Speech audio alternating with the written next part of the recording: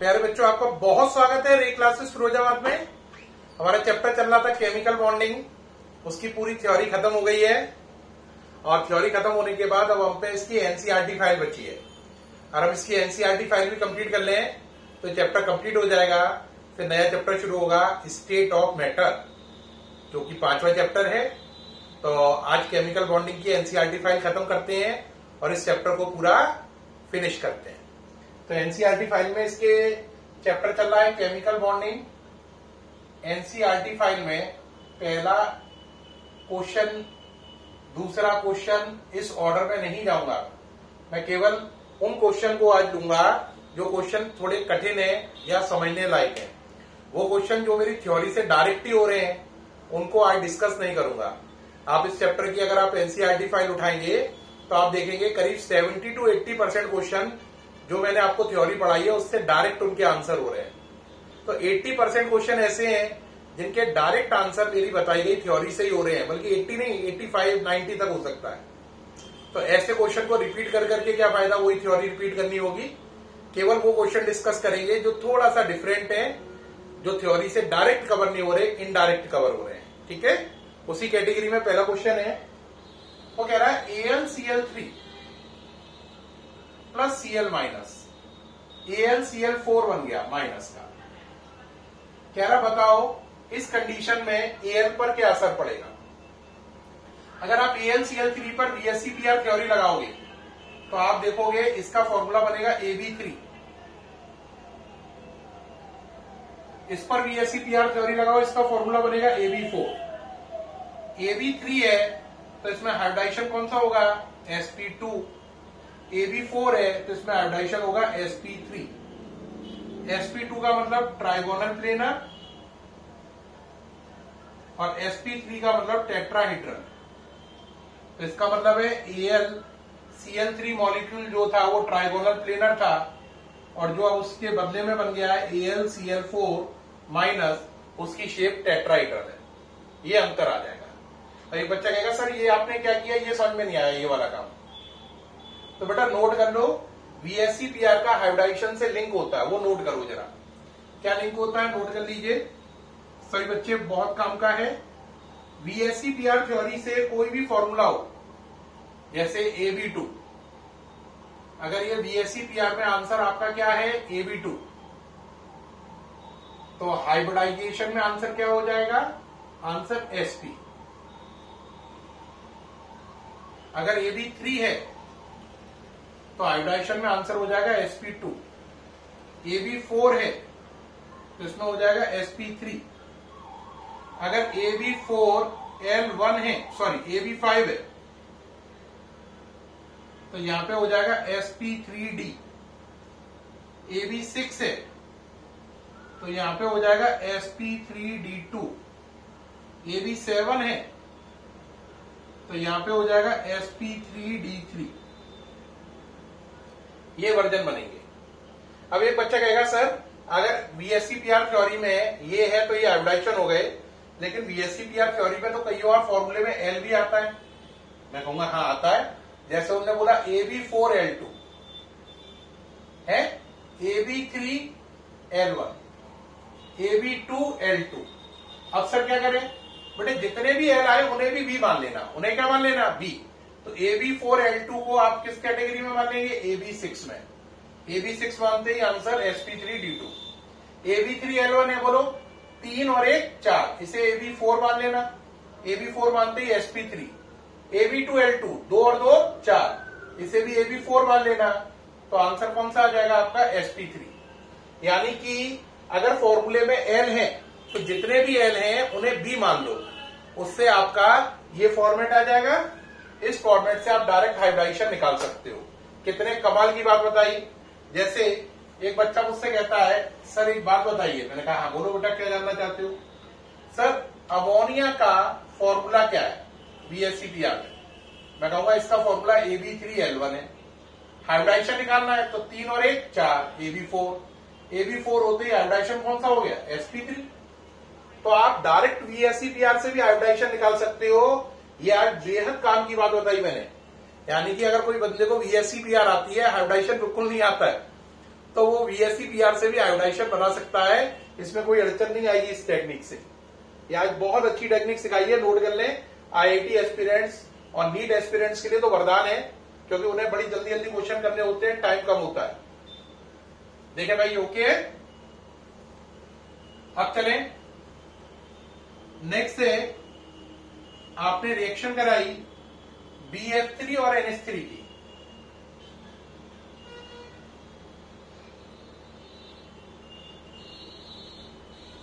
और कॉम्प्लेक्स और आया BF3, नाइट्रोजन ने अपना लॉन पेयर इसे दे दिया। कह रहा है B और N के अभी हाइब्रिडाइजेशन क्या है, B और N के बाद में हाइब्रिडाइजेशन क्या है। ठीक, तो ये आपको करना है। ठीक है, इस पे आपको आंसर देना है। तो देखो BF3 पर आप VSEPR लगाओ, आंसर आएगा AB3। इस पे लगाओ तो इसका आंसर आएगा AB3L1। AB3L1 AB4 के बराबर हो गया। हाइब्रिडाइजेशन sp3 आया, AB3 से sp2 आया। तो यानी कि यहां पर इस वाले B का हाइब्रिडाइजेशन sp2 है और इस वाले N का हाइब्रिडाइजेशन sp3 है। हाँ या ना, ये बात हो गई। अब यहां पे आ जाओ, यहां पर नाइट्रोजन ने अपना लॉन पेयर दे दिया है, उससे उसके हाइब्रिडाइजेशन पे कोई अंतर नहीं पड़ेगा, वो sp3 का sp3 रहेगा।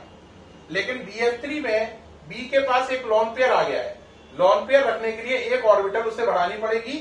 तो sp2 में एक ऑर्बिटल जुड़ने से उसका हाइब्रिडाइजेशन बदलकर sp3 हो जाएगा। दोबारा सुनो, नाइट्रोजन पे लॉन पेयर था, वो लॉन पेयर हमने शेयर कर लिया। लॉन पेयर शेयर करने से हाइब्रिडाइजेशन पे कोई असर नहीं पड़ा। अमोनिया का हाइब्रिडाइजेशन तो sp3 से sp3 ही रहा। लेकिन पहले BF3 था, है ना, उस पर 3 जगह से जुड़ना था, FFF से।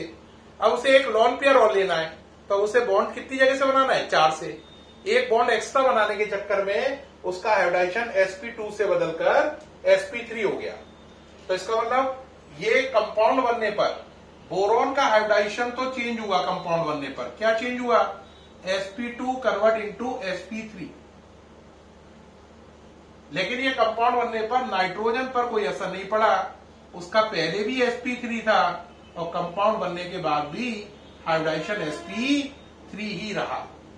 तो इसका मतलब ये रिएक्शन होने के बाद बोरॉन का तो हाइब्रिडाइजेशन बदला, sp2 से sp3 हुआ, लेकिन नाइट्रोजन पर कोई असर नहीं पड़ा, वो पहले भी sp3 था, अब भी sp3 ही है।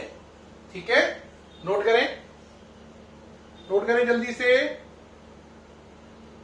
हाँ जी, हो गया, नोट हो गया। अब वो कह रहा है आप साबित करो Be2 मॉलिक्यूल एग्जिस्ट नहीं करता MOT से। क्या प्रूफ करना है, Be2 मॉलिक्यूल क्यों एग्जिस्ट नहीं करता with the help of MOT। तो क्वेश्चन है why Be2 molecule does not exist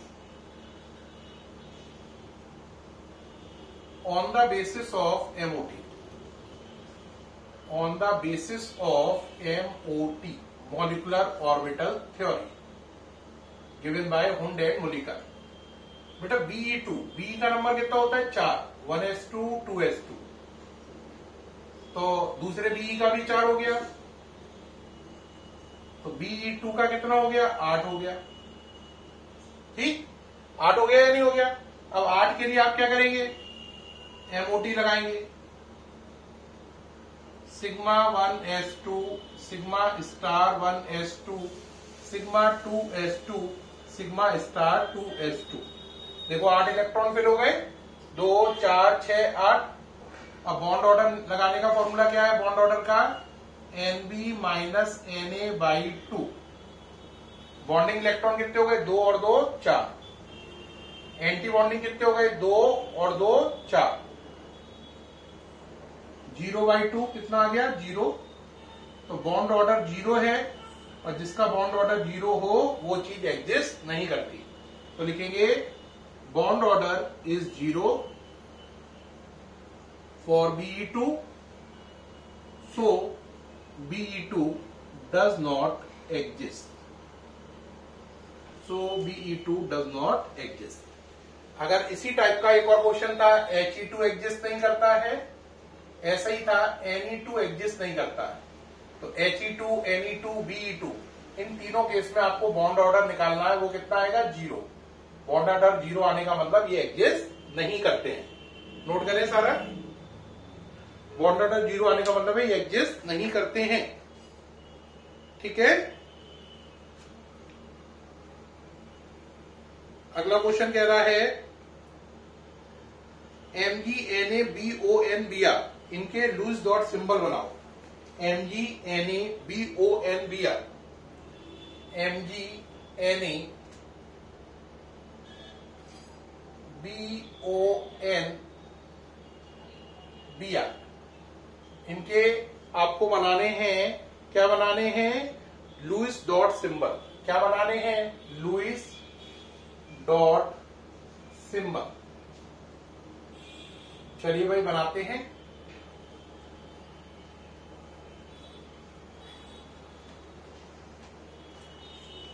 पहले चलो, पहली चीज कौन है, Mg का मतलब 12, 12, 282, इसका लुईस डॉट सिंबल क्या हो गया, Mg के ऊपर 2 डॉट, बस हो गया।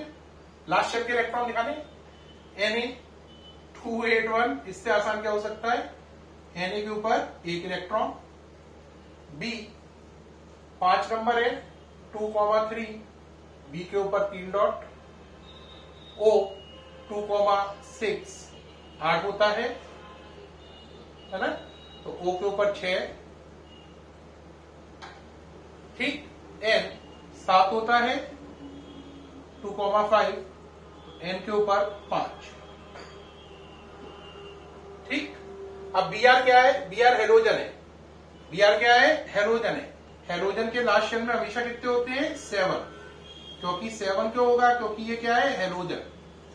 इसका असली नंबर है 35, कितना है 35, करके देख लो, लास्ट शेल में कितने आएंगे, 7 आएंगे। कितने आएंगे, 7। कैसे करना चाहो तो करके भी देख सकते हो, मैं तो डायरेक्ट ही बता दिया था। 2, 8, 18, 7 ये है इसका, लास्ट शेल में 7 है, तो कैसे बनाओगे, 1, 2, 3, 4, 5, 6, 7, ये इनके लुईस डॉट सिंबल बन गए सबके। नोट कर लें, ये सबके क्या बन गए, लुईस डॉट सिंबल। ठीक है, अब वो कह रहा है लुईस सिंबल बनाओ, किस किस के, देखो नेक्स्ट में कह रहा है लुईस सिंबल बनाओ। क्या बनाओ, लुईस सिंबल। हमने कहा किस किस के बना दे भाई, किसके बनवाना चाह रहा है, तो पहले कह रहा है S एंड S-2, दूसरा फिर ऑप्शन दिया हमने, एक ये बनवाना चाहता है, Al एंड Al+3 बनवाना चाहता है, और H एंड H- बनवाना चाहता है। कह रहा है इनके क्या बनाओ, Lewis dot symbol. Lewis dot symbol बना के दिखाइए, इनके बनाइए। S का नंबर 16, 286, तो इसका लुईस डॉट सिंबल हो गया, लास्ट शेल में 6, ये हो गया। S-2, S-2 का क्या हो गया, 2 इलेक्ट्रॉन बढ़ गए -2 आने से, तो अगर S-2 है तो 2 इलेक्ट्रॉन बढ़ गए ना, तो सल्फर पे 6 तो यही हो गए, और 2 और बढ़ गए, तो ये हो गया -2 पर दिखा देंगे, 2 इलेक्ट्रॉन ये बढ़ गए, देखो, तो ये दोनों हो गए। अब चलो इसके बाद आया Al+3, ये हटा रहे हैं, Al+3, Al का नंबर 13, 283, कितने डॉट, 3। अब Al से +3 बनाया, Al+3 में क्या हो जाएगा, लास्ट शेल में कोई भी इलेक्ट्रॉन नहीं है, तो Al+3 का ऐसा ही रहेगा, कोई भी इलेक्ट्रॉन शो नहीं होगा, बस ऊपर +3 आ जाएगा, कोई डॉट शो नहीं होगा, क्योंकि +3 लगने से तीनों इलेक्ट्रॉन हट गए। ये Al, ये Al+3। अब चले नेक्स्ट नंबर H और H-, H पे 1 इलेक्ट्रॉन है, तो बस ऐसे बना दो। H- करोगे तो 1 इलेक्ट्रॉन और बढ़ जाएगा, उस पर 2 इलेक्ट्रॉन है, तो 1 और 1 2, या एक साथ दिखा दो, 1 और 1 2, और ऊपर क्या लगा दो, -1। ये बन गया इसका सिंबल। ओके रहा, बनाइए जल्दी जल्दी से।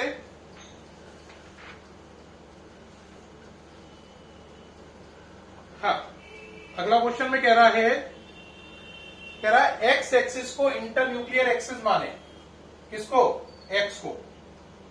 तो कह रहा है अगर एक्स एक्सिस को इंटर न्यूक्लियर एक्सिस माने, एक्स को,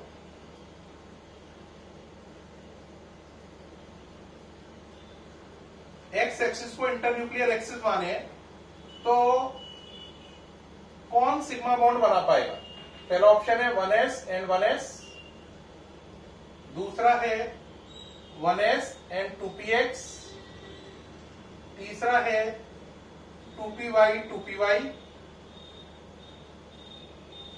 चौथा है 1s 2s।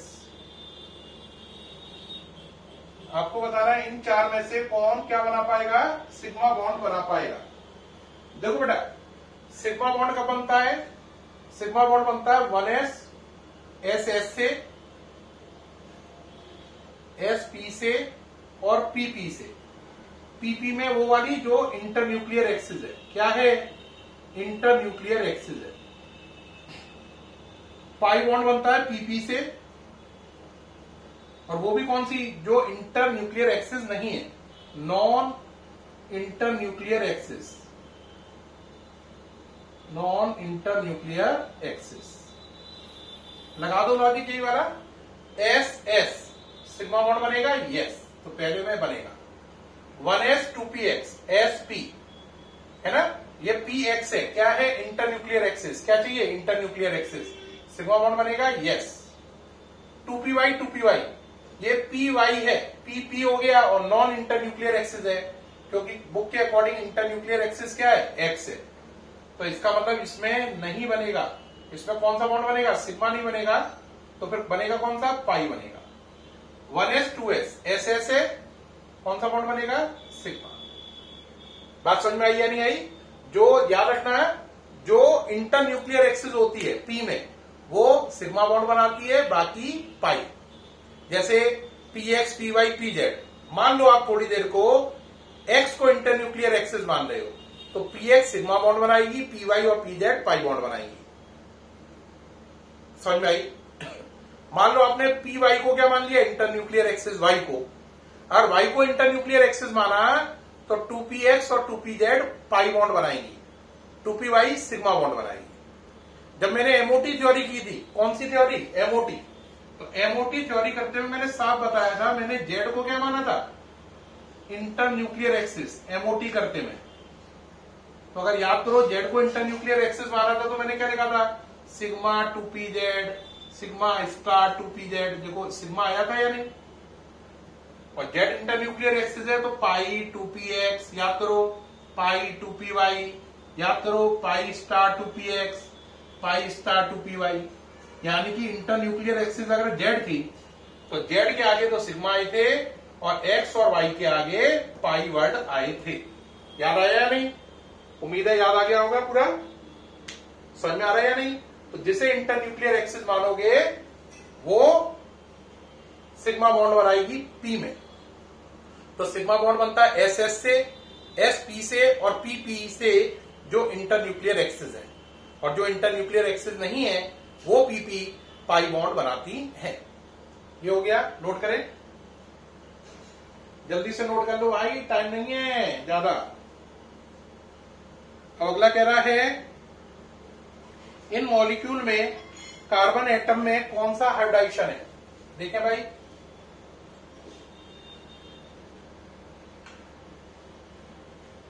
ये क्लियर हो गया। पहला मॉलिक्यूल है CH3CH3। इसमें बताना है इस कार्बन में कौन सा हाइब्रिडाइजेशन है। दूसरा है, ऐसे ही सारे कार्बन में बताना है, CH3CH डबल बॉन्ड CH2।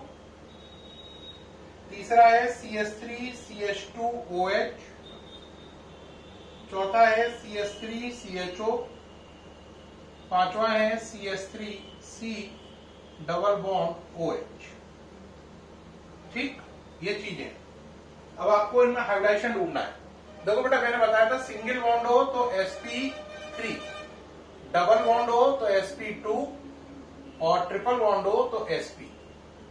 ठीक, चलो single single sp3 sp3, single sp3, double sp2 double sp2, ये हाइब्रिडाइजेशन होते जा रहे हैं। और यहाँ पे चलो single single single sp3 sp3, यहाँ पे चलो cs3 cho। अगर cs3 cho को अगर आप ढंग से बनाओ तो ये हो जाएगा cs3 cho, डबल बॉन्ड आ जाएगा। तो ये सिंगल बॉन्ड है sp3, ये डबल बॉन्ड है sp2। ऐसे ये एसिटिक एसिड है, सिंगल बॉन्ड है sp3, ये डबल बॉन्ड है sp2। ये हाइब्रिडाइजेशन हो गए। नोट करें जल्दी से, जल्दी करो भाई, टाइम नहीं लगाना है।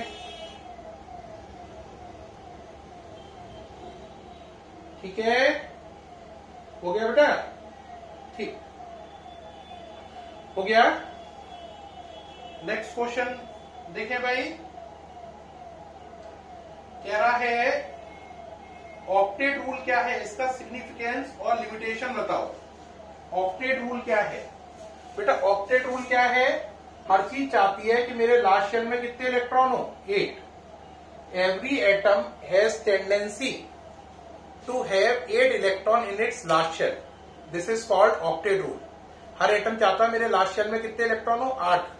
इसे बोलते हैं ऑक्टेट रूल। ठीक है, इसका सिग्निफिकेंस ये है कि ऑक्टेट रूल अगर आप फॉलो करेंगे तो आप बहुत ज्यादा स्टेबल होंगे, ये इसका सिग्निफिकेंस है।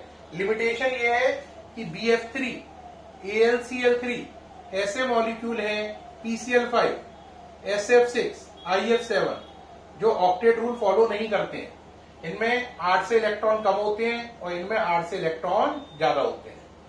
जिनमें कम होते हैं उन्हें बोलते हैं हाइपोवेलेंट, और जिनमें ज्यादा होते हैं उन्हें बोलते हैं हाइपरवेलेंट। ये ऑक्टेट रूल का पालन नहीं करते हैं। तो ऑक्टेट रूल क्या है बता दिया। सिग्निफिकेंस स्टेबिलिटी के लिए रिस्पॉन्सिबल है, और लिमिटेशन ये सारी हैं। ये ऑक्टेट रूल में 8 से कम है या 8 से ज्यादा है। प्यारे बच्चों, मैंने केमिकल बॉन्डिंग के सारे इंपॉर्टेंट क्वेश्चन एनसीईआरटी के जो थे, जो कि नोट से कवर नहीं है, उन सबको डिस्कस कर दिया है। फिर भी अगर एक दो छूट गया हो गलती से तो आप उसे मेरे व्हाट्सएप नंबर पर डाल के पूछ सकते हैं। नंबर है 9412343237, 9412343237। इस पे वो डाल के पूछ सकते हैं। वैसे मुझे लगता नहीं है जरूरत पड़ेगी। आपका ये चैप्टर फिनिश हो गया केमिकल बॉन्डिंग। कल फिर मुलाकात होगी नए चैप्टर के साथ। नाम रहेगा state of matter. Okay, bye.